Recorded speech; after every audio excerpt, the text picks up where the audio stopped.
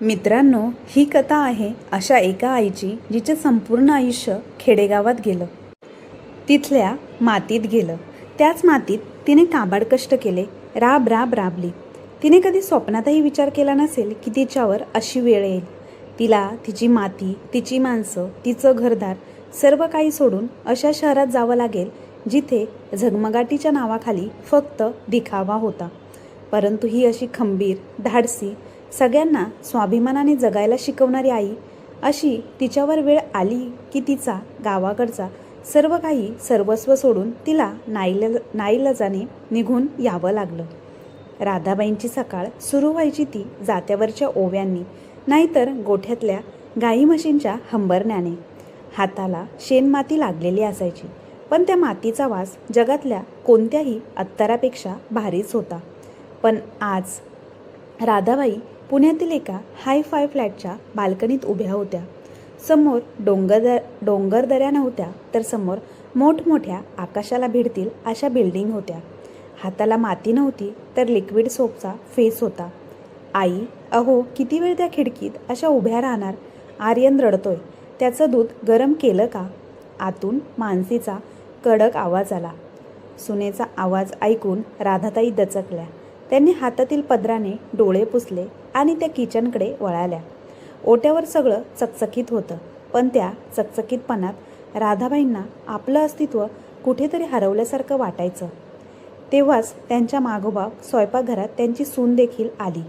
तिने नाकावर रुमाल धरला होता आणि म्हणाली, आई तुम्ही लसणाची फोडणी दिली का? संपूर्ण घरात वास पसरला आहे. आज माझ्या घरी क्लायंट येणार आहेत मीटिंगसाठी. त्यांना काय वाटेल? थोडं मॉडर्न व्हायला शिका. त्यावर राधाताई हळूच म्हणाल्या, अगं सुनबाई, लसणाशिवाय आमटीला चव कशी येणार? आणि अजिंक्यला तर हीच आमटी आवडते. अजिंक्यला काय आवडतं आणि काय नाही ते मी बघून घेईल. तुम्ही फक्त आर्यनला सांभाळा आणि हा पसारा आवरून ठेवा. आणि हो, हे तुमचे जुने तांब्या पितळ्याचे डबे मी पोटमाळ्यावर टाकले आहेत. इथे फक्त काचेची भांडीच राहतील. मानसीने राधाताईंना अगदी ठणकावून सांगितलं. आपल्या सुनबाईच्या तोंडून असं वाक्य ऐकून राधाताईच्या मनात खूप मोठं वादळच उठलं. कारण मानसी जी तांब्या पितळ्यांच्या भांड्याबद्दल बोलत होती, तीच तांब्याची घंगाळलेली पितळेची परात राधाबाईंना त्यांच्या आईने लग्नात दिली होती. त्या परातीत साठवलेल्या आठवणी माणसांसाठी फक्त एक आधार होत्या. राधाबाई या बाल्कनीतल्या एका छोट्या कुंडीतल्या तुळशीकडे पाहत राहायच्या. त्या तुळशीची पानंही शहराच्या प्रदूषणामुळे थोडीशी वाकली होती. तुलाही माझ्यासारखंच कोंडल्यासारखं होतंय का गं? तुझाही माझ्यासारखा कोंडमारा होतोय का गं? होतोय ना, असं त्या अगदी मनाशी म्हणायच्या. गावात असताना विहिरीतील पाणी, शेतात जसा जोर लागायचा तो आता इथे नळाला हात लावतानाही लागत नव्हता. पण तरीही शरीर जास्त थकण्यापेक्षा मन जास्त थकायचं. त्या रात्री त्यांचा मुलगा अजिंक्य घरी आला तेव्हा राधाबाईंनी त्याच्याकडे आशेने पाहिलं. अजिंक्य, गावाकडचं घर नीट आहे ना? पावसाळ्यात त्या घरचं छप्पर गळतं. हो, कोणाला तरी सांगून नीट करून घ्यायला हवं होतं. अजिंक्यने मोबाईलवरून नजर न काढत उत्तर दिलं. आई, आता त्या घराची काळजी का करतेस? तू इथे सुखात आहेस ना? मग झालं तर. जेवण वाढ, खूप भूक लागली आहे. मला राधाताईंना सांगायचं होतं की सुख म्हणजे फक्त गादी आणि AC नसते रे. सुख म्हणजे स्वतःच्या अंगणात मोकळेपणाने श्वास घेणं असतं. पण त्यांनी शब्द थांबवले आणि ताट वाढायला घेतलं. दुसऱ्या दिवशी मानसीच्या मैत्रिणींची किट्टी पार्टी होती. मानसी राधाताईंना सतत सांगत होती, आई आज तुम्ही बाहेर जाऊ नका. तुमच्या साध्या साड्या आणि बोलण्याच्या स्टाईलमुळे मला थोडंसं लाज वाटते. तुम्ही आर्यनला घेऊन बेडरूममध्येच राहा. राधाताई काही बोलल्या नाहीत. आर्यनला घेऊन बेडरूममध्ये गेल्या, पण मनात त्यांना तरीही काहीतरी वाईट वाटत होतं. त्या बंद खोलीत बसून बाहेर हसण्याचा आवाज ऐकत होत्या आणि मनात विचार येत होता की ज्याला मी 9 महिने पोटात वाढवलं, आज त्याच्याच घरात माझ्या सुनेला माझ्या अस्तित्वाची लाज वाटते. त्या मनातून फार काही फुटून निघालं होतं. ते मनही दुखलं होतं. त्याच रात्री राधाबाईंनी एक निर्णय घेतला. त्या रात्री कोणालाही न सांगता त्या घरातून बाहेर पडल्या, फक्त एका रात्रीसाठी. पण ती रात्र त्यांच्या आयुष्याची दिशा बदलणारी ठरली. ती रात्र राधाबाईंना खूप वेगळी वाटली. घराबाहेर पडल्यावर पहिल्यांदाच पुण्याच्या त्या लखलखाटात स्वतःचं अस्तित्व शोधल्यासारखं वाटलं. त्या रात्री त्यांच्या मैत्रिणीकडे म्हणजे सुनीती काकूंकडे त्या गेल्या. राधाबाईंनी थरथरत्या हाताने सुमितीताईंच्या घराची बेल वाजवली. पुण्याच्या एका कोपऱ्यात असलेलं हा जुना वाडा, संस्कृतीची आठवण करून देणं असं हे घर होतं तिचं. दारावर पितळेची कडी आणि उंबरठ्यावर थोडीशी झिजलेली पण माणुसकीची साक्ष देणारी रांगोळीही होती. सुमिती काकूंनी दरवाजा उघडला. समोर राधाताईंना पाहून त्या थोड्या वेळासाठी धपकल्या. राधाताईंचा चेहरा रडून अगदी सुजलेला होता.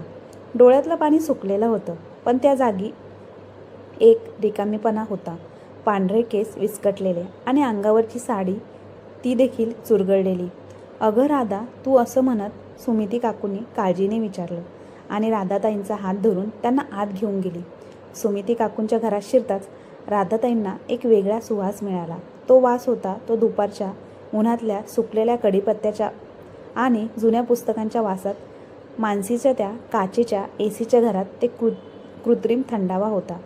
त्यापेक्षा इथं मातीचा नैसर्गिक थंडावा जास्त होता. भिंतीवर सुमिता काकूंच्या दिवंगत पतीचा हसरा फोटो लटकलेला होता आणि त्या कोपऱ्यात एक जुना रेडिओ हळू आवाजात जुनी गाणी गुणगुणत होता. सुमिती काकूंनी राधाबाईंना सोफ्यावर बसवलं नाही, तर जमिनीवर पडलेल्या सतरंजीवर आपल्या शेजारीच बसवलं. त्यांनी लगेच तांब्यातलं पाणी दिलं. राधा, पाणी पिते का? आधी काय झालं ते मला सांगू नकोस. तुझ्या चेहऱ्यावर सगळं दिसतंय. त्या सिमेंटच्या घरात तुझा श्वास तुला गुदमरतोय ना? सुमिती काकूंनी मायेने त्यांच्या पाठीवर हात फिरवला आणि लगेच काकूंचा हुंदका अनावर झाला. त्या सुमिती काकूंच्या खांद्यावर डोकं ठेवून लहान मुलासारख्या रडू लागल्या. सुमिती, माझा अजिंक्य बदललाय गं. माझी सून मला कामचुकार म्हणते. माझ्या औषधांचा पैशांचा हिशोब मागते. मी काय फक्त राहायला आले का? आधी मी फक्त इथे काम करायला आले. सुमिती काकूंनी अगदी शांतपणे त्यांचं बोलणं ऐकवलं. त्यांनी उठून आतून गरम गुळाचा चहा आणि 2 बिस्किटंही आणली. हे बघ राधा, आपण आपली किंमत स्वतः ठरवायची असते. तू तिथे आई म्हणून गेलीस, पण त्यांनी तुला नोकरानी केलं. आता तू ठरव, तुला नोकरानी म्हणून मरायचं की स्वाभिमानी स्त्री म्हणून जगायचं. त्या रात्री सुमिती काकूंच्या खिडकीतून बाहेर पाऊस सरसरत होता. बागेतील ओल्या मातीचा सुगंधही घरात खूप छान दरवळत होता. राधाताईंना वाटलं जसा बाहेरचा पाऊस सृष्टीला नवा जन्म देतो, तसंच सुमितेच्या शब्दांनी माझ्या मनातील सुकलेल्या स्वाभिमानाला नवा जीव मिळतोय. त्या रात्री राधाताई सुमिती काकूंच्या घरीच राहिल्या. तिथे त्यांना कोणी पांढरे केस विंचरू नकोस म्हणून ओरडलेही नव्हते. उलट सुमितीने स्वतः त्यांच्या केसांना तेल लावून दिले, डोक्याची मालिश केली. त्या रात्री कित्येक महिन्यानंतर राधाताईंना अगदी शांत झोप लागली. कारण त्या एका घरात होत्या, फ्लॅटमध्ये नाही. सकाळचे 6 वाजले होते. सूर्य आकाशाच्या कोपऱ्यातून हळूच डोकावू लागला होता. राधाताईंनी आपली साडी नीट सावरली आणि त्या फ्लॅटच्या दारापाशी पोचल्या. मनात थोडीशी भीती होती, पण तिला वाटत नव्हतं की घरच्यांना एवढी काळजी वाटेल की ते इतके रागावले असतील. राधाताईंनी दारावरची बेल वाजवली नाही, तर स्वतःच्या चावीने दार हळूच उघडलं. दार उघडताच समोरचं दृश्य पाहून राधाताई थोड्या वेळासाठी दचकल्या. हॉलमध्ये आर्यनची खेळणी सगळीकडे पसरलेली होती आणि सोफ्यावर इकडे तिकडे कपडे अस्ताव्यस्त पडलेली होती.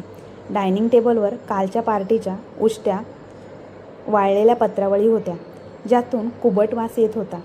ज्या घराला राधाताईंनी जीवापाड जपलं होतं, मंदिर बनवलं होतं, ते आज एका रात्रीत कठोर झालं होतं. अजिंक्य डोक्यावर हात ठेवून सोफ्यावर बसला होता आणि आर्यन भुकेने रडत होता. तोही बेडरूममध्ये. राधाताईंना पाहताच अजिंक्य ताबडतोब उभा राहिला. त्याच्या चेहऱ्यावर काळजीपेक्षा जास्त संताप होता. आई, तू आलीस? कुठे होतीस तू रात्रभर? तुला काही जबाबदारी आहे का?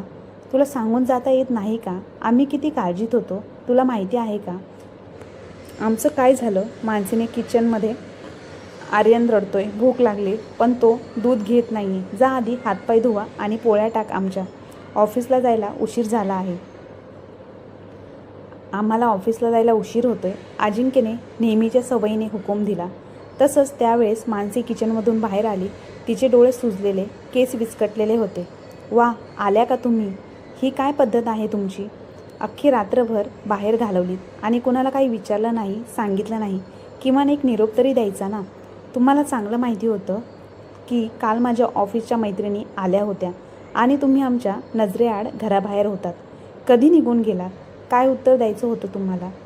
तुम्ही खास हे सगळं केलं ना, जेणेकरून तुम्हाला त्या 10-15 लोकांचा स्वयंपाक, घराचा पसारा आवरावा लागणार नाही. राधाताई काही बोलणार असताच मानसीने त्यांना तोडलं. मला तुमची ही गावठी चालाखी मस्त लक्षात येते. कामचोर बनून घराबाहेर निघून गेलात ना, इतका मोठा डोंगर माझ्या डोक्यावर टाकून.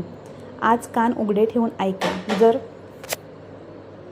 पुन्हा असं वागलात तर मी तुमची कापडी पिशवी घराबाहेर फेकून देईल. जा आता त्या सिंकमध्ये कालच्या पार्टीची खरकटी वस्तू पडल्या आहेत, ती भांडी घासून काढा आणि नंतर आमच्यासाठी नाश्ताही तयार करा. राधाताईंच्या पायाखालची जमीन जणू काही सरकली. काही वेळासाठी त्यांना असं वाटत होतं की त्यांना स्वतःचं अस्तित्वच हरवलंय. त्यांच्या मनात एकदम शेकडो आठवणींचा पूर आला. गावातलं ते मोकळं, आपुलकीने भरलेलं घर, अंगणात पसरलेला सूर्यप्रकाश, विहिरीजवळच्या गप्पा, हसू आणि त्या सगळ्यात स्वतःचं असलेलं ठिकाण, जिथे कोणी कधी त्यांना हे कर किंवा ते कर असा हुकूम देत नसायचं. उलट घरातल्या मोठ्या म्हणून सगळे त्यांचा आदर करत असत. पण आज आपल्या स्वतःच्या मुलाच्या घरात त्या भांडी घासणाऱ्या बाईपेक्षा पण कमी महत्त्वाच्या वाटत होत्या. त्यांना वाटत होतं की ही जाणीव त्यांच्या छातीत काट्यासारखी रुतून बसली. काहीच बोलायची इच्छा नव्हती. कुठलाही विरोध न करता फक्त शांतपणे त्या किचनमध्ये गेल्या. त्यांच्या पावलामध्ये एक प्रकारची भीती आणि स्वीकार यांचं मिश्रण होतं. सिंकमध्ये ठेवलेली भांडी जणू त्यांना हसत हसत त्यांची अवस्था दाखवत होती. त्यांनी हळूहळू नळ चालू केला. थंड पाण्याचा प्रवाह त्यांच्या सुरकतलेल्या त्या हातांवर पडला. बोटांच्या सांध्यातून येणारा तीव्र वेदना सहन करत त्यांनी भांडी घासायला सुरुवात केली. प्रत्येक घासात ती एक वेदना, प्रत्येक भांडी घासत असताना होत होती. प्रत्येक हालचालीत एक वेदना होती. ती दडपून त्या रडत होत्या. साबणाचा तो तीव्र वास त्यांच्या नाकात घुसत होता. डोळे चुरचुरत होते, पण रडू थांबत नव्हतं. कारण थांबणं म्हणजे पुन्हा तिरस्कार ऐकणं. काही वेळानंतर सगळी भांडी स्वच्छ करून त्यांनी नळ बंद केला. हात पुसले आणि थकलेल्या शरीराने आपल्या छोट्या खोलीकडे वळाल्या.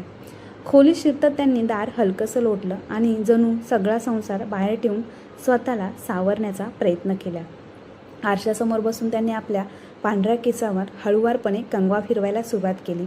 प्रत्येक केसात त्यांना आयुष्याची एक कहाणी दिसत होती. प्रत्येक पांढऱ्या केसामध्ये एक त्याग, एक संघर्ष, एक ममता सामावलेली होती. अचानक मानसीचा तिरकस आवाज दारातून घुमला. आई पुन्हा तेच. राधाताई दचकल्या. हातातला कंगवा थरथरायला लागला. मानसी पुढे येऊन रागाने डोळे मोठे करत म्हणाली, किती वेळा सांगितलं तुला, घरात उभं राहून केस विंचरू नकोस.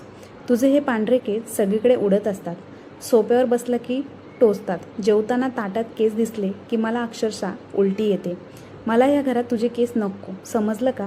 जर विंचरायचे असतील तर गॅलरीत जा किंवा गच्चीवर जा. त्या शब्दांनी राधाताईंच्या मनाला जणू कोणीतरी निर्दयीपणे कापून टाकलं होतं. काहीच उत्तर दिलं नाही, कारण त्यांच्याकडे उत्तर द्यायला शब्दच नव्हते आणि आवाजही बाहेर येत नव्हता. मानसीने लगेच टेबलावर ठेवलेल्या पाण्याचा ग्लास जोरात आपल्या बाजूला ओढला आणि चिडून म्हणाले, अरे हे काय, पाणी द्यायला सुद्धा एवढा वेळ लागतो? मी बाहेरून फिरून बाजार करून आली, माझे पाय खूप दुखत आहेत आणि तुम्ही इथे बसून केस विंचरताय. आधी हात साबणाने नीट धुवा आणि मग माझ्या ग्लासला हात लावा. हे ऐकून राधाताईंच्या डोळ्यात साचलेलं पाणी अचानक वाहू लागलं.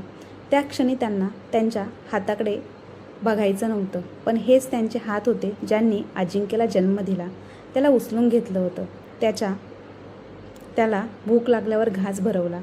त्याच्या तापात रात्रभर जागून त्या बसायच्या आणि आज तेच हात अशुद्ध ठरवले गेले होते. त्यांनी एक शब्दही न बोलता त्या हातांनी पुन्हा सिंकमध्ये हात स्वच्छ केला. पाण्याच्या झाराखाली त्यांना एक वेगळीच वेदना वाहत होती. त्यांनी कपड्याने हात पुसले आणि हळूच तो पाण्याचा ग्लास उचलून मानसीसमोर ठेवला. डोळे खाली आवाज दाबून स्वतःच्या अस्तित्वाला गिळत त्या क्षणी राधाबाई फक्त पाणी देत नव्हत्या, त्या स्वतःच्या आयुष्याची उरलेली ताकद देत होत्या. प्रतिष्ठा शांतपणे म्हणत होत्या, आई हे घ्या 15 रुपये आणि मी यादी 15,000 रुपये आणि ही यादी. उद्या घरी पुन्हा पाहुणे येणार आहेत. कोपऱ्याच्या दुकानात जाऊन हे सगळं सामान घेऊन या. मी आता 2 तास झोपणार आहे. कुणीही मला उठवायचं नाही. मानसीने जणू काही हुकूमच सोडला. राधाताई हळूच म्हणाल्या, मानसी मला थोडे पैसे वाढून देशील का? माझ्या डोळ्यात टाकायचं औषध संपलंय. 2 दिवस झाले खूप डोळे दुखतात. मानसीचा चेहरा पुन्हा वाकडा झाला. आई तुमचं हे तर मला पटत नाही. सामान आणायला सांगितलं की लगेच तुमची स्वतःची फरमाईश सुरू होते. तुला माहिती आहे का तुझ्या त्या ड्रॉपची बॉटल किती रुपयांना येते? रोज 2 थेंब कमी कर ना. काही डोळे फुटत नाहीत तुझे. म्हातारपण आलंय, थोडं सहन करायला शिक. माझ्याकडे आता फालतू खर्च करायला पैसे नाहीत. मगाशीच बाजारात 10,000 रुपये मी घालून आली आहे. इतकं बोलून मानसी बेडरूममध्ये निघून गेली. राधाताई तिथंच टेबलवर बसून राहिल्या. त्यांच्यासमोर ती सामानाची चिठ्ठी होती आणि डोळ्यात साचलेलं पाणी. आभाळ त्यांना आठवलं की साताऱ्याच्या त्या घरी जेव्हा त्यांच्या औषधांची गरज असायची तेव्हा त्यांनी स्वतःचे दागिने घालून ठेवले आणि स्वतःच्या मुलाच्या घरी स्वतःच्या डोळ्यापुढे औषध मागायला त्यांना भिकाऱ्यासारखं वाटत होतं. राधाबाईंनी ते पैसे आणि सामानाची चिठ्ठी हातात घेतली. डोळ्यातून ओघळणाऱ्या अश्रूपेक्षा मनातली वेदना जास्त वाटत होती. त्यांनी डोक्यावरील पदर नीट सावरला आणि फ्लॅटचं जड लोखंडी दार ढकलून बाहेर निघाल्या. लिफ्टमधून खाली येताना आरशात स्वतःला एकदा पाहिलं. चिटकलेले पांढरे केस, डोळ्याखालची काळी वर्तुळं आणि चेहऱ्यावरचा थकवा पाहून त्या स्वतःला ओळखू शकत नव्हत्या. त्या दुकानाच्या कोपऱ्यावर असलेल्या भाजी दुकानात गेल्या. थेट चालतच राहिल्या. पुण्याच्या त्या गर्दीमध्ये भरलेल्या रस्त्यावर गाड्यांचा आवाज, लोकांची घाई, धावपळ आणि अचानक आलेल्या पावसाळी थंड हवेत ते एका बागेच्या बाकावर जाऊन बसल्या. लहान मुले समोर खेळत होती. त्यांची आई हसून त्यांना जवळ घेत होती. राधाताईंना त्यांना शेंद्री गाव आठवलं. तिथे अंगणात वाळत घातलेली लोणची पापड, शेजारच्या काकूंशी चालणाऱ्या गप्पा, सगळं काही आठवत होते. तिथे त्या मालकीण होत्या. इथे मात्र ओझं झाल्या आहेत. त्यांनी मनात ठरवलं की आता पुरे झालं. ज्या मुलाला मी रात्रभर जागून कुशीत घेतलं तो आज माझ्या औषधांच्या पैशासाठी साधा रुपयाचा हिशोब मागतोय.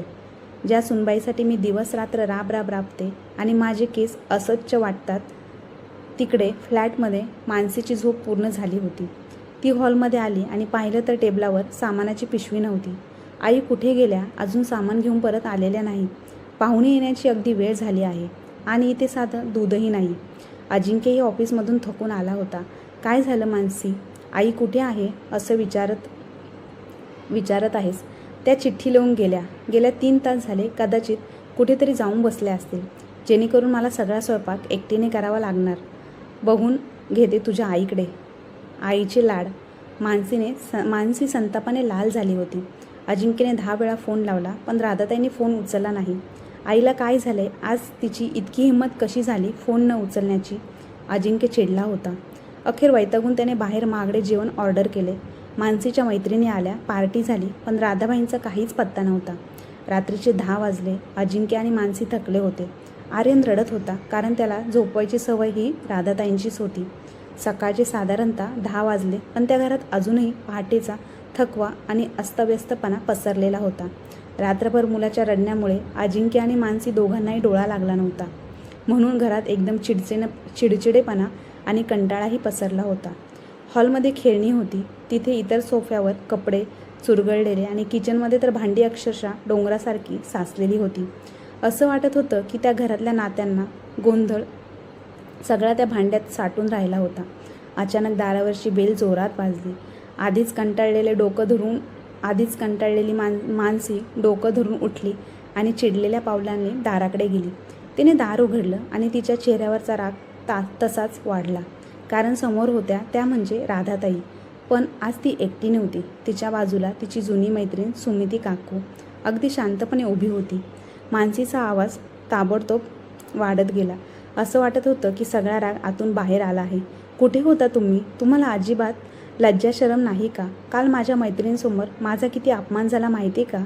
मला किचनमध्ये उभं राहून सगळं काम करावं लागलं. आणि फोन का उचलत नव्हतात? किती वेळा कॉल केला मी?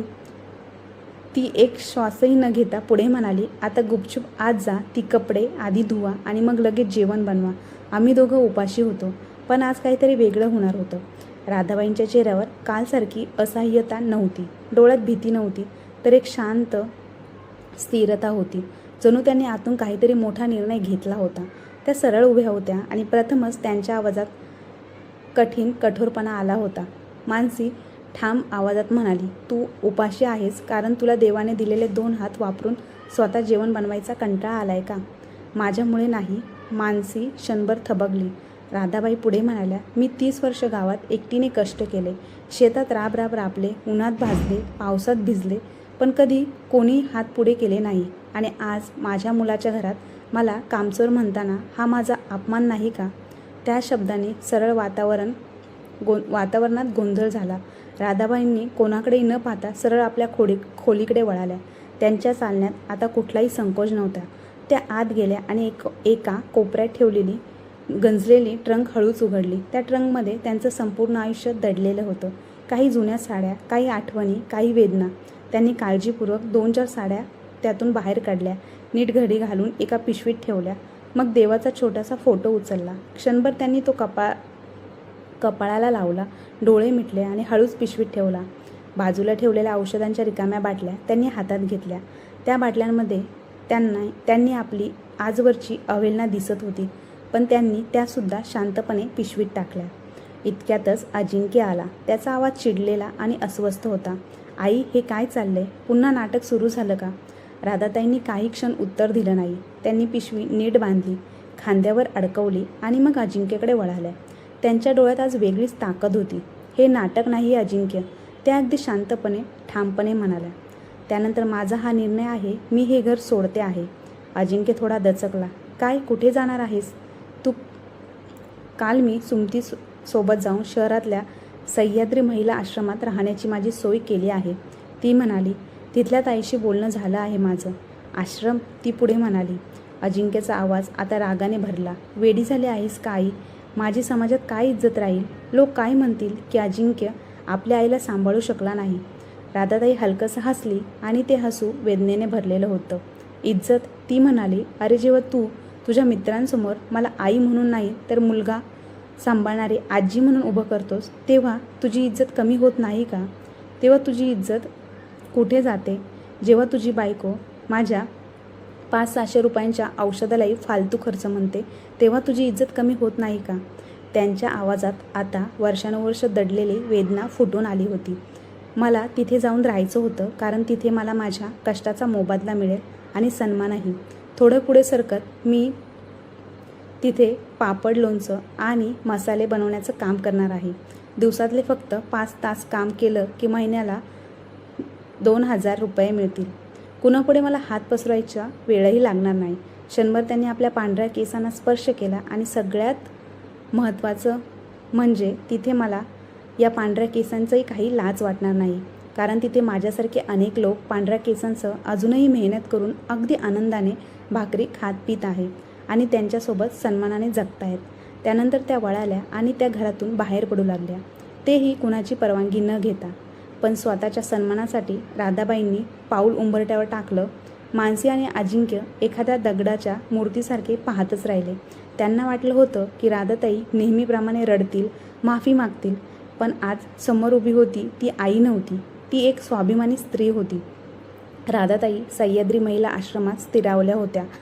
पुण्यापासून थोडं लांब मोकळ्या हवेत एक ठिकाण होतं जिथे त्यांच्यासारख्याच अनेक राधाताई होत्या. कोणी मुलांनी बोलावलं तर कोणी स्वतःहून स्वाभिमानासाठी बाहेर पडलेल्या होत्या. सकाळी 5 वाजता उठून तुळशीला पाणी घालणं, तिथल्या बागेतील फुलांचा वास घेणं आणि इतर महिलांसोबत मिळून मसाल्यांचे खमंग सुगंधाने भरलेल्या खोलीत बसणं हा त्यांचा अगदी रोजचा दिनक्रम झाला होता. तिथे राधाबाईंना कोणी म्हातारी किंवा कमजोर म्हणत नव्हतं. उलट त्यांच्या हाताच्या चवीने तिथल्या प्रमुख ताई नेहमी म्हणायच्या, राधा काकू, तुमच्या लोणच्याला तर अगदी अमृतासमान चव आहे, अप्रतिम आहे. पुण्याच्या मोठ्या दुकानात जावं लागेल. राधाताईंच्या चेहऱ्यावर पहिल्यांदाच खरं अगदी मनापासून हसू फुललं होतं. दिवसभरात 5 तास काम करण्याची ती अगदी पहिल्या महिन्यातच कष्टाने तिने तब्बल 10,000 रुपये कमवले होते. तेव्हा ती पैशांना देवाच्या फोटोसमोर ठेवून डोळे लावायची आणि आता त्या पैशांनी औषध घेण्यासाठी कोणाकडे हात पसरवण्याची गरज नव्हती. पण दुसरीकडे पुण्यातल्या त्या आलिशान फ्लॅटमध्ये मात्र नरकच उकाळलेला होता. राधाताई गेल्यावर घराचा कणा मोडला. सकाळी 6:30 वाजले होते आणि मानसी डोळे चोळत स्वयंपाकघरात आली. सिंकमध्ये कालच्या रात्रीची भांडी खरकट ती दुर्गंध करत होती. ओट्यावर दुधाचं पातेलं जळालं होतं. आर्यन हॉलमध्ये मोठमोठ्याने रडत होता. अजिंक्य चिडून ओरडत, मानसी, अरे त्या आर्यनला किती रडवत आहेस बघ ना, मला ऑफिसला जायला उशीर होत आहे. माझा डबा कुठे आहे? त्यावर मानसी वैतागून म्हणाली, डबा इथेच आहे. मला साधं चहाचं पाणी पण मिळत नाही. भांडी घासायला बाई येत नाही. आर्यन तुमच्या आईशिवाय एकदम गप्प बसत नाही. मला कसं जमणार हे सगळं? मी पण नोकरी करतेस ना. अजिंक्यने कपाळावर हात मारला. त्याला आठवलं की आई असताना सकाळी 7 वाजता गरम पोळ्या आणि चहा तयार असायचा. त्याला कधी भांडी पाहावी लागली नाही, तर कधी मुलाचं रडणं ऐकावं लागलं नाही. आई रात्रभर जागून मुलाला चांगली सांभाळायची, म्हणून ते दोघे अगदी शांतपणे झोपायचे. आज 1 महिन्यानंतर अजिंक्यचे डोळे अगदी लख्ख उघडले. त्याचे पश्चातापाने डोळे लालबुंद झाले. मानसी म्हणाली, आपण आईला परत आणायला हवं. घरात काहीच उरलं नाही गं, फक्त कटकटीच. तीच कठोर झाल्या आहे. अजिंक्य हताश होऊन म्हणाला. अखेर दोघेही आश्रमात पोचले. तिथे त्यांनी पाहिलं की राधाताई एका झाडाखाली बसून इतर स्त्रियांसोबत गप्पा मारत होत्या. त्यांच्या अंगावर साधी पण स्वच्छ सुती साडी होती. कपाळावर मोठं कुंकू होतं. त्या खूप आनंदी दिसत होत्या. अजिंक्य धावत गेला आणि आईच्या पाया पडला. आई, चुकलं माझं, प्लीज घरी चल. तुझ्याशिवाय घर खरं म्हणजे काही नाही गं. काही झाले नाही. आम्हाला तुझी खूप आठवण येते. मानसीने खाली मान घालून त्यांची माफी मागितली. मला माफ कर. तुम्हाला खूप वाईट साईड बोलले असेल, पण आता मी सगळं नीट करेन. आम्ही 2 कामवाल्या लावल्या आहेत. तुला काहीच काम करावं लागणार नाही. फक्त आर्यनसाठी आणि घरासाठी परत ये. राधाताईंनी अजिंक्यचा हात बाजूला केला आणि त्या शांतपणे म्हणाल्या, अजिंक्य, घर उरलं नाही म्हणून मला घ्यायला आला की तुमची गैरसोय होईल म्हणून? मी आजवर फक्त तुमची गैरसोय टाळण्यासाठी राबत होते. मला आज काहीतरी उमजलंय. असं नाही की अजिंक्य रडू लागला. अजिंक्य, राधाताई हळू आवाजात म्हणाली, मी येईल, पण माझ्या 3 अटी आहेत. त्या तुम्हाला मान्य कराव्या लागतील. तरच मी त्या उंबरठ्यावर पाऊल ठेवेन. त्यात पहिली अट अशी असेल, मी या आश्रमातील काम सोडणार नाही. दुपारी 12 ते संध्याकाळी 5 मी इथे कामाला येईल. ही माझी ओळख आहे. ही माझी कमाई आहे. मला आता कोणाकडे औषधांच्या 500 रुपयांसाठी हात पसरवायचे नाही. आणि दुसरी अट म्हणजे घराच्या कामात मी मदत करील, पण नोकरानी म्हणून नाही, तर घराची मालकीण म्हणून राहील. आणि मला जेव्हा वाटेल तेव्हा मी विश्रांतीही घेईन. आणि तिसरी आणि महत्त्वाची अट म्हणजे, मानसी, तू माझ्या त्या पांढऱ्या केसांमुळे लाज वाटत असेल तर माझ्या खोलीतच राहील, पण माझ्या नैसर्गिक अस्तित्वाचा तू पुन्हा अपमान केलास तर मी त्याच वेळी कायमची बाहेर पडेल. मानसीने राधाताईंचे हात धरले. आई, तुमचे ते पांढरे केस म्हणजे आमचे छप्पर. हे आता मला कळले. तुम्ही जसं आहात तसंच आम्हाला पाहिजे आहात. प्लीज चला ना आई. राधाताई पुन्हा फ्लॅटवर परतल्या. पण आता त्यांच्याकडे पाहण्याचा अजिंक्य आणि मानसीचा दृष्टिकोन पूर्णपणे वेगळा झाला होता.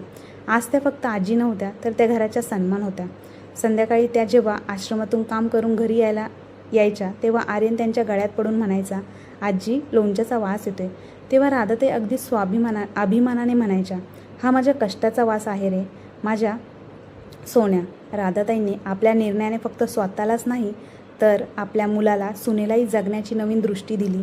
त्या आता घरात प्रेमाची फोडणी बरसवत होत्या आणि स्वाभिमानाची सवय येत होती. तर मग मित्र आणि मैत्रिणींनो, जर ही कथा तुम्हाला अगदी मनापासून स्पर्श करून गेली असेल तर एक क्षण थांबा आणि आपल्या घरातल्या त्या पांढऱ्या केसांकडे नव्या नजरेने पहा. कारण ते फक्त वयाचे चिन्ह नसते, तर ते त्यागाचे, प्रेमाचे आणि आयुष्यभर दिलेल्या मायेचे प्रतीक असते. आपल्या आयुष्यात कुठेतरी एखादी आई असते जी शांतपणे सगळं काही सहन करत असते. काहीही अपेक्षा न ठेवता ती राबत असते. पण कधीतरी तिलाही फक्त एक गोष्ट हवी असते आणि ती म्हणजे सन्मान. तो सन्मान तिच्या हक्काचा तिला द्यायलाच हवा ना. तर मित्रांनो, तुम्हाला आजच्या कथेतून काय शिकायला मिळालं कमेंट बॉक्समध्ये नक्की कळवा. आणि आजची कथा आवडली असल्यास आपल्या चॅनलला लाईक, शेअर, सबस्क्राईब नक्की करा. धन्यवाद.